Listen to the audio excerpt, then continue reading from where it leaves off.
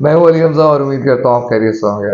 नाजरीन, आज ईद के बाद पहला वर्किंग डे था, मंडे था और आज ही के दिन हम आपके लिए दो अहम खबरें लेकर आए हैं। पहली अहम खबर तो है, बिल्कुल छोटी सी है। हुआ कुछ इस तरह के कल के दिन थाना शहजाद टाउन के अंदर एक हाजिर सर्विस हवालदार साहब थे, उनको पकड़ा गया नाजायज़ असलहे के केस में। 13-20-65 का उनके ऊपर मुकदमा बनाया गया और इसके बारे में ट्वीट किया हुआ था एक दोस्त ने, तो हमने देखा ट्विटर पे, और अहमद नूरानी साहब ने भी ट्वीट किया हुआ था इसको। तो जब हमने कहा कि अगर कल बंदा पकड़ा गया तो आज उसको फिर कचहरी में पेश किया जाएगा और कचहरी में पेश करके उसका रिमांड लेंगे या फिजिकल रिमांड की सदा करेगी पुलिस, तो देखते हैं क्या होगा। तो उसको हमने फॉलो करना शुरू किया। तो डिटेल्स कुछ यूँ पता चली कि हवालदार थे एक, वो आए हुए थे हाजिर सर्विस अपनी छुट्टी के ऊपर, और छुट्टी के ऊपर आए हुए थे तो डोमेस्टिक वायलेंस की कंप्लेन उनकी बीवी की तरफ से कॉल आई 15 पे। और उनके ऊपर जब पुलिस वहाँ पे गई तो वो जो मुबैना तौर पे बताया जा रहा है कि उन्होंने कोई तशद्दुद वगैरह किया था अपनी वाइफ पे, मगर जब पुलिस पहुंची तो पता लगा कि उनके पास नाजायज़ असलाह भी है। तो उसका उनके ऊपर एफआईआर दर्ज की गई और आज उनको लेकर आना था। तो शहजाद टाउन के अंदर ये मामला हुआ था थाना में। तो जब मुताल्लिका अदालतों वगैरह से पता किया तो वो लेकर नहीं आया आज उन्हें पुलिस वाले अदालत में। तो फिर जब हमने फर्दर थाने कॉल की, कुछ दोस्तों उससे पता किया, तो पता ये चला कि मिलिट्री पुलिस वाले जो हैं वो उन्हें अपने साथ लेकर चले गए हैं। अब मिलिट्री पुलिस जो है, जो आर्मी की अपनी पुलिस है, अब वो उनके साथ क्या रवैया करेगी, या तो उन्हें वार्न कर देगी या उनकी पोस्टिंग कहीं दूर दराज इलाके कर देगी या फिर इनको कोई सज़ा देगी, तो उसके बारे में तो हमें पता नहीं चलेगा। मगर एक छोटी सी ये अपडेट थी, क्योंकि आजकल भावनगर इंसिडेंट के बाद पुलिस और आर्मी जो है उनके सामने जो भी हो रहा है, और वहाँ पे भी जिस तरह भावनगर में बताया गया था कि असलहे के ज़ोर पे बड़े मामलात हो रहे थे। तो एक ये छोटी सी अपडेट थी। बाकी जो आज का मेन केस था नाजरीन, वो था यही जो अपील थी बुशरा बीवी और इमरान खान की अनलॉफुल मैरिज केस के अंदर, जिसमें इनको सज़ा हो चुकी है 7-7 साल और 5-5 लाख रुपए जुर्माना हो गया। उसके अंदर अपील थी और अपील के ऊपर आज दलाइल देने थे राजा रिजवान अब्बासी साहब ने, जो कि ख़ावर मानिका के वकील हैं पिछली 2 समातों से। जिस तरह कि आपको मालूम है कि रिजवान अब्बासी अपने आप को इन्फॉर्म किया था इसी प्लेटफॉर्म से कि वो नहीं आए और वो कोर्ट में हाज़िर नहीं हुए। और आज सुबह जब 9 बजे केस कॉल हुआ तो दोनों साइडों के जो जूनियर वकला थे वो पेश हुए। जो सलमान अकरम राजा जो कि इमरान खान के वकील हैं, और उस्मान रियाज गिल साहब जो बुशरा बीबी के वकील हैं, उन्होंने कहा कि 10 बजे तक का टाइम दे दें और 10 बजे हम लोग आ जाएंगे। तो अदालत ने कहा ठीक है। इसी असना में जब वेट कर रहे थे 9:30-1 बजे तकरीबन, राजा रिजवान अब्बासी साहब के एसोसिएट्स आए और उन्होंने कहा कि 11 बजे का टाइम दे दें। तो जो सेशन जज ईस्ट है शाहरुख अर्जुमन, उन्होंने फिर 11 बजे तक समाअत मुलतवी कर दी। मगर उसके बाद फिर हुआ ये कि 11 बजे के करीब वो दोबारा आए। तकरीबन 11:30 बजे का टाइम था, 11:30-11:45 बजे वो दोबारा आए और उन्होंने कहा जी कि वो पहले सुप्रीम कोर्ट में थे, फिर वहाँ से हाई कोर्ट चले गए, तो उनको आने में थोड़ा और टाइम लग जाएगा, तो आप 1 बजे तक का टाइम कर दें। जिसके ऊपर जज साहब ने कहा चलें ठीक है, कोई नहीं, एक ही घंटा है इसके अंदर, तो हम 1 घंटा और दे देते हैं। तो बहरहाल 1 बजे तक वो भी पहुंच गए।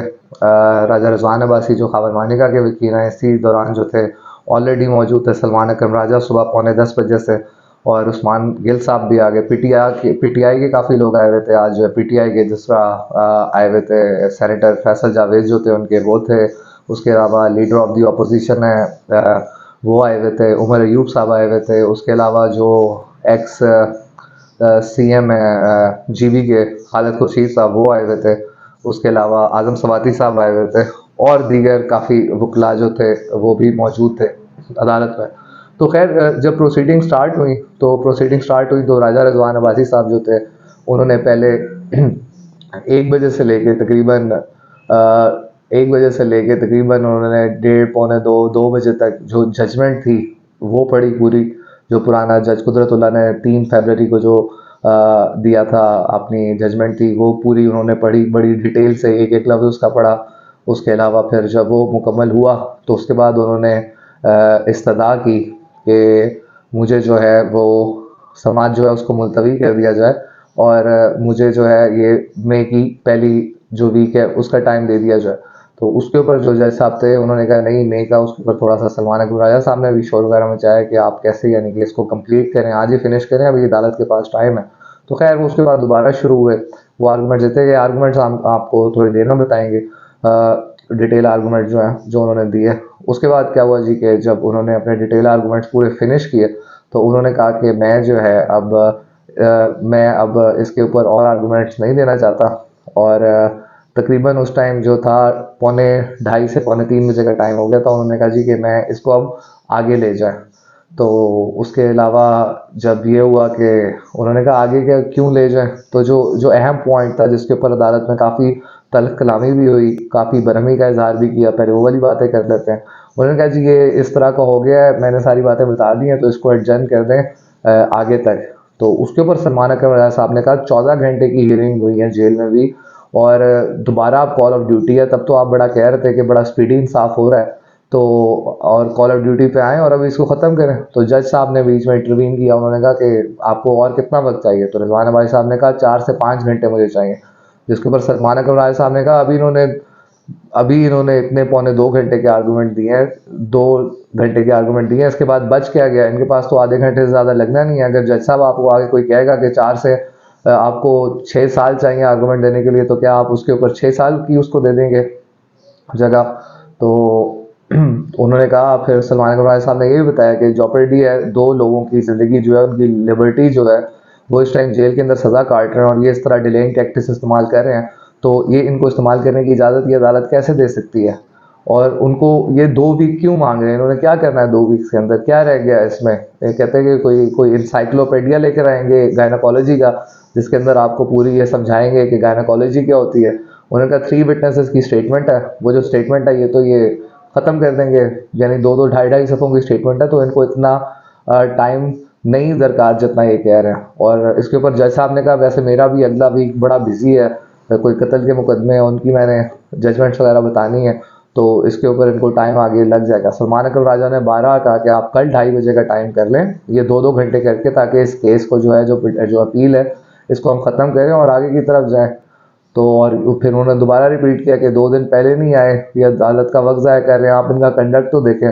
तो इसके ऊपर राजा रिजवान वासी ने कहा कि इतनी जल्दी क्या है इस अपील के अंदर, ये इसको आप एक नॉर्मल केस की तरह ट्रीट करें।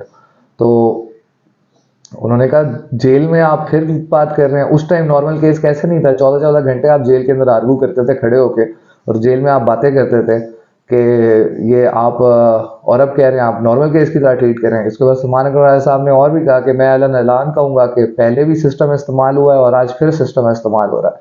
तो इसके ऊपर जज साहब ने कहा कि नेक्स्ट वीक कर लें। तो उस पर उन्होंने कहा कि जो अपील होती है, उस्मान गिल साहब ने कहा था कि जब कोई अपील की पिटीशन आती है तो उसको प्रायोरिटी पे रखा जाता है, और ये हाई कोर्ट के जो रूल्स हैं उसके अंदर है कि इसको जल्दी सुना जाए। और उन्होंने फिर बात हुई, उन्होंने कहा जी वेंसडे 25 की, जज साहब ने कहा डेट हम दे सकते हैं, तो बाकी आप देख लें। तो अभी ये बात हो ही रही थी, तो अब एक अदालत का असूल ये है कि हम हाई कोर्ट के अंदर भी थे, तो एक जूनियर एसोसिएट आया और जब उसने इस्लामाबाद के हाई कोर्ट के चीफ जस्टिस के आगे उन्होंने अपने आर्गूमेंट्स वगैरह कर लिए, तो होता ही है सिलसिला कि फिर जज साहब एक ऑर्डर लिखवाते हैं, शॉर्ट ऑर्डर, उसी टाइम। तो जो अदालत का रूल है वो ये है कि जब तक शॉर्ट ऑर्डर कंप्लीट नहीं होता और नेक्स्ट केस कॉल नहीं होता, तो वो वकीला वहीं पे खड़े रहते हैं और जज साहब की बात सुनते हैं। नहीं तो इसको जो नॉर्म्स हैं उनसे अलग है, इसको बदतमीजी समझा जाता है। तो राजा रिजवान अब्बासी उसी असना में जनाब भरे हुए कोर्ट रूम से बाहर निकल के जाने लगे। तो उसके ऊपर तो जो सलमान अकबर राजा साहब, तो उन्होंने और किया, उन्होंने कहा ये किस तरह का कंडक्ट है इनका, ये आप देख रहे हैं ये क्या कर रहे हैं? अभी आपने ना डेट हुई है ना अगली बात हुई है, और जज साहब इन्होंने 15 दिन मांगे हैं, आप 10 दिन देने की बात कर रहे हैं। उन्होंने कहा कि ये जो इन्होंने आर्गूमेंट्स किए आज इतने लंबे, ये तो सेल्फ डिस्ट्रक्टिव आर्गूमेंट्स है, ये तो वैसे ही ख़त्म हो जाएंगे। और उन्होंने कहा डेट भी नहीं इस्तेमाल हुई और ये चले गए। और उन्होंने जज साहब से कहा कि आप ये अदालत किस तरह चला रहे हैं? कहते हैं मैंने आज देखा है कि एक वकील यहाँ पे पेश हुआ और उसने बिल्कुल शर्ट पहनी हुई थी और पैंट्स थी, ना उसके पास टाई थी ना कोट थी, और आपने उसको सुना किस तरह है? तो जज साहब कहते हैं कि नहीं, ये जो तकद्दुस है, ये तो हाई कोर्ट जो बार होती है, जो बार्स है, उनका काम है वकला को बताना। उन्होंने कहा वकला का काम बताना नहीं, आपको सुनना ही नहीं चाहिए ऐसे लोगों को। उन्होंने कहा कि मुझे 55 साल हो गए हैं मेरे वालिद साहब की और मेरी वकालत में ला के, और आज तक इस तरह कोई बंदा जो है वो शर्ट और पैंट्स के अंदर आके विदाउट टाई और विदाउट कोट जो है वो आर्गूमेंट दे के नहीं गया। तो आप अपने तरीक़ाकार भी देखें जज साहब। तो और ये भाग रहे हैं पीछे जाके, ये तो कोर्ट रूम आपका है, आपने इस कोर्ट रूम को वो करना है, जो है इसको कोर्ट रूम का जो तकद्दुस है उसको आपने वो रखना है। उन्होंने कहा मेरी गुजारिश है, इस्तदा है, इल्तिजा है ये अल्फाज है सलमान अकरम राजा के कि इस केस को जल्दी सुना जाए। इसी असना में जो दीगर वकला थे उन्होंने भी कहा कि नहीं, इस केस को सुना जाए, मगर जज साहब ने कहा कि मेरे पास 24 तारीख से पहले टाइम नहीं है, तो मैं 24 तारीख से पहले इस केस को नहीं सुन सकता। तो फिर ये 24 तारीख की जो डेट थी वो फाइनल हो गई, और अब जो है 24 तारीख को आके जो है राजा रिजवान अब्बासी जो है फर्दर आर्गूमेंट देंगे। अब जो सेलियंट पॉइंट्स हैं उनके आर्गूमेंट्स के, उसके ऊपर आ जाते हैं। तो ये तो उन्होंने आगे बताया कि 496 क्या होता है, ये फ्रॉडुलेंट मैरिज है और इस तरह डिप्राइव किया गया है, उनको रुजू के हक से किया गया है। फिर उन्होंने कहा कि जो 3 विटनेसेस आए थे उसमें एक इमरान खान का अपना जो दोस्त था, कोर कमेटी का मेंबर था, मुफ्ती सईद था। उसके अंदर ऑन सकलैन जो है वो थे, जो इमरान खान के पर्सनल मुलाजिम भी थे और पर्सनल सेक्रेटरी भी थे और उनकी पार्टी मेंबर भी थे, वो थे। उन्होंने आके उनके खिलाफ गवाही दी है और उन्होंने कहा कि मोहम्मद लतीफ़ जो था उसने भी आके गवाही दी है। उन्होंने कहा ये 1989 से ये शादी हुई हुई थी और बड़ा हंसी खुशी, जो खावर मानी का कह रहे हैं कि एक फैमिली रह रही थी, मगर इमरान खान ने आके वो हंसता भसता घर जो था वो उड़ा दिया और वो फिर डिवोर्स हो गई।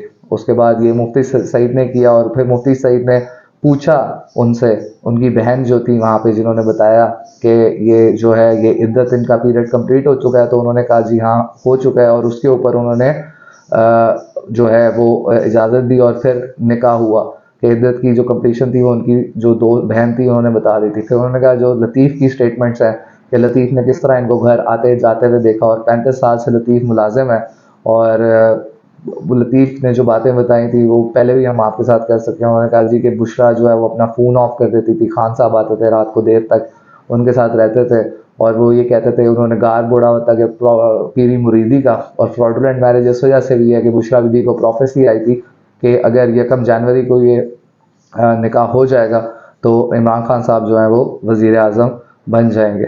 तो उन्होंने कहा कि इसके बाद जो है यही डिस्गाइज था कि स्पिरिचुअल जो है मामलात, रूहानियत वो चल रही है, मगर अंदर कुछ और ही चल रहा था। और फिर उन्होंने बताया, एक सलमान अकरम वगैरह ने आर्गूमेंट्स किए थे कि 92 की एक रूलिंग है कि 39 डेज़ में वुमेन के 3 मेंस्ट्रुअल साइकिल्स पूरे हो सकते हैं।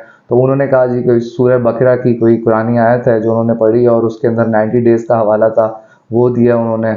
और फिर बताया गया कि बुशरा बीवी के पास डिफरेंट सेल फोन्स थी, डिफरेंट सिम्स थी जो उनको फ़रा गोगी ने प्रोवाइड की हुई थी, और वो उसके ऊपर खान साहब से बातें करते थे। तो और फिर उन्होंने बाकी उसके बाद ये बताया कि जो इम्पोर्टेंट पॉइंट था, उन्होंने जब ये पूरी जजमेंट पुरानी पढ़ी उसके बाद उन्होंने दोबारा, जब उन्हें कहा गया कि नहीं आप अभी नहीं ख़त्म कर सकते, अभी आर्गूमेंट्स दोबारा स्टार्ट करें, तो फिर उन्होंने दोबारा जो आर्गूमेंट स्टार्ट किया उसमें उन्होंने कहा कि एक बात कह रही है कि कही जा रही है कि टेरिटोरियल जुरिस्डिक्शन का मामला है इसमें।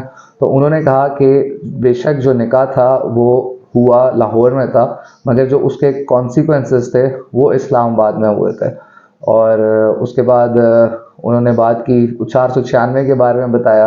उन्होंने कहा जी कि 496 के अंदर डिसऑनेस्टी और फ्रॉड आता है, और ये दोनों चीज़ें जो हैं ये इस निकाह के अंदर हुई नहीं है और ये दोनों इसमें इन्वॉल्व हैं। फिर उन्होंने फ्रॉड की डेफिनेशन बताने के लिए ब्लैक लॉ डिक्शनरी जो है उसका कोई 7th एडिशन का पेज 670 पढ़ा, जिसके अंदर कहा कि कंसीलमेंट ऑफ मटेरियल फैक्ट्स और मिस रिप्रेजेंटेशन ऑफ ट्रूथ जो है वो 496 में आती है। इसके ऊपर अचानक जज साहब ने उनसे पूछा कि जो इमरान खान साहब हैं उनको इद्दत के बारे में पता था, तो उसका कोई उन्होंने सही जवाब नहीं दिया, मगर उन्होंने कहा कि जी दोनों को पता था और both of them were very much aware of it. और मगर बात वही है कि एक प्रोफेसी आई हुई थी उनको कि एक कोई रूहानी बात आई थी उनको कि इल्हामी बात थी कोई कि अगर ये 1 जनवरी 2018 को निकाह करेंगे तो जो है वो वज़ीर आज़म बन जाएंगे, और इस वजह से उन्होंने किया।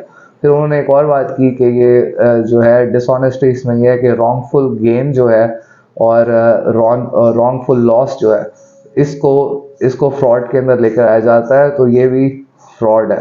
और उन्होंने कहा कि जो मैरिज सेरेमनी जो ये लोग कह रहे हैं बाद में की थी बच्चों को बुलाने के लिए, वो बिल्कुल झूठ है, क्योंकि इनको आइडिया हो गया था। मुफ्ती सईद ने भी कहा था कि ये जो है इद्दत के अंदर हो गया और मीडिया के ऊपर ये बात का इशू बनेगा, इस वजह से दोबारा निकाह कर लेते हैं। फिर उसके बाद उन्होंने बात की कि मेडिकल साइंस के ऊपर उन्होंने बात की।